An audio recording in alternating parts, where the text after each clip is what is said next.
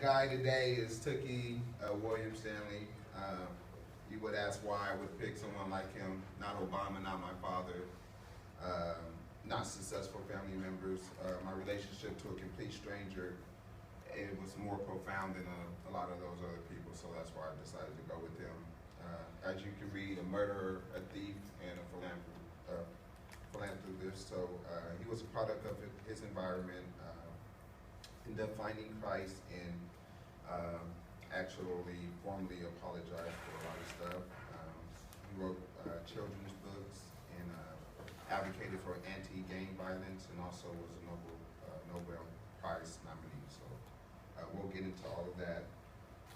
Crips founder, born Stanley Tookie Williams III on December 29, 1953 in New Orleans, Louisiana. Williams' mother, who was only 17 at the time of his birth, was left to care for Williams alone after his father abandoned him at that time.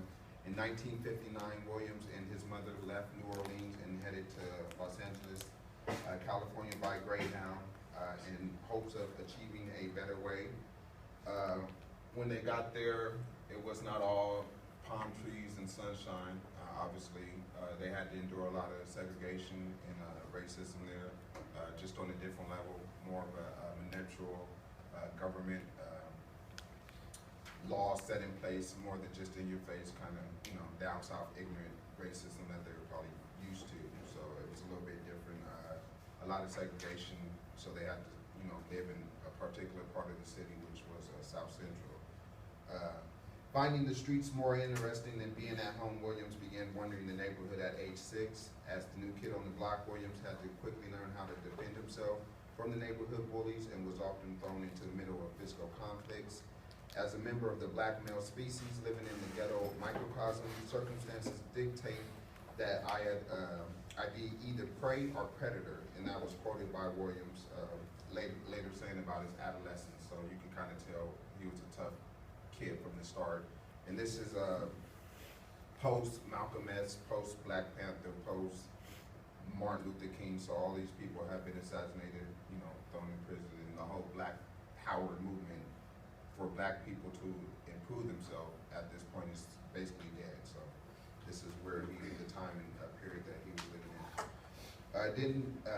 Did require deep reflection to determine which of the two I preferred. Amidst in the culture of violence and drugs without a strict parental influence, William grew up idolizing criminals and mimicking pimps and drug dealers. Himself and other teenagers, Raymond Washington, formed an alliance to protect their neighborhood from other larger gangs of police brutality, and there also were white gangs called spook hunters. So there was actually white gangs that would go around to black neighborhoods and still mob and lynch people. The original Crips consisted of approximately 30 members, but soon they divided into the West Side and East Side.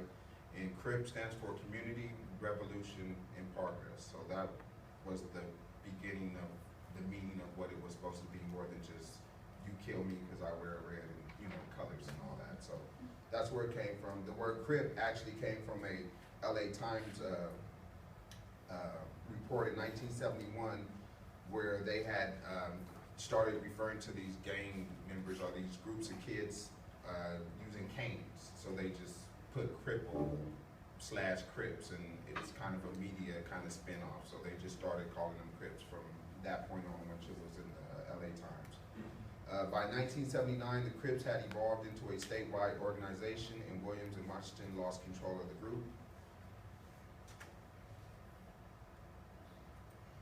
In 1981, Williams was tried and convicted in Los Angeles Superior Court.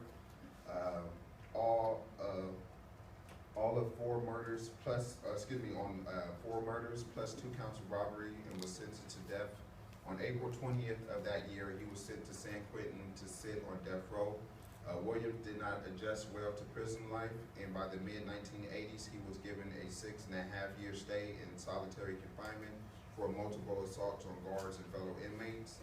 After 2 years in solitary, Williams started to examine his life and life choices, repented for his past actions. He attributed to transformation to God and began speaking out against gang violence. He filed for a federal appeal in 1988 and told court officials he was a changed man, but his appeal was denied. And in 1994, he was released from solitary confinement.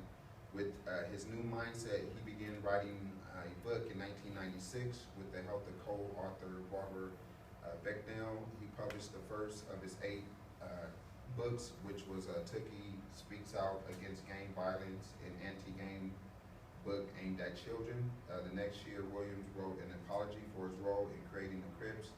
"I am no longer part of the problem," Williams said. "Thanks to the Almighty, I am no longer sleepwalking through life," he wrote. He also wrote the book Life in Prison and a short nonfiction work explaining the horrors of jail. Gains in drugs, gains in abuse of power, gains in violence, gains in wanting to belong, gains in your friends, and Life in Prison were some of the other titles that he wrote.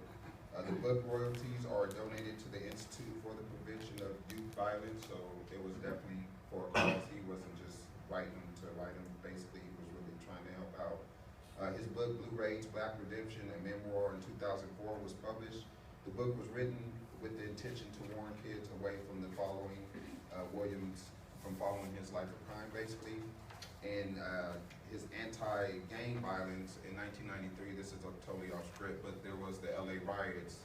At that time, he had helped basically garnish a ceasefire, a truce between some major Crips and Blood factions, which was a big deal to us there in California, because that never had happened before, where you saw Bloods and Crips actually out at a picnic, hanging out, drinking beers, and having fun. So it's definitely weird. In 2004, Williams helped create the Tookie Protocol for Peace, a peace agreement for one of the deadliest and most infamous gang wars in the country between the Crips and the rival, the Bloods. Williams received a letter from the President George W. Bush commending him for his actions. And in 2002, Mario Furr, a member of the Swiss Parliament, nominated Williams for the Nobel Peace Prize in recognition for his work against gang violence. Although he did not win the award, many supporters spoke out in favor of the former gang member's transformation into a social reformer. He would be nominated for the honor 6 times in total. My aspiration and respect basically comes from the fact that although he did live a very, very violent life, and he was accused of some very, very violent things, at the end he did redeem himself, and redemption is what it's all about in the end. I think if you're able to come full circle, that showed me a lot in my own life. So my personal redemption, old school picture, new school picture, basically. And a quote from Tookie: "I become a man of peace. My redemption keeps me strong." So short and sweet and simple. Definition of knowledge: to be a god of self-concept. Humbleness: years of solitary confinement. And the formal apology that he made in his redemption was reaching out to the future generations and being a positive and a proactive advocate of anti-gang violence. Hearing about Tookie repentance had an effect on my personal decision to pursue a positive life.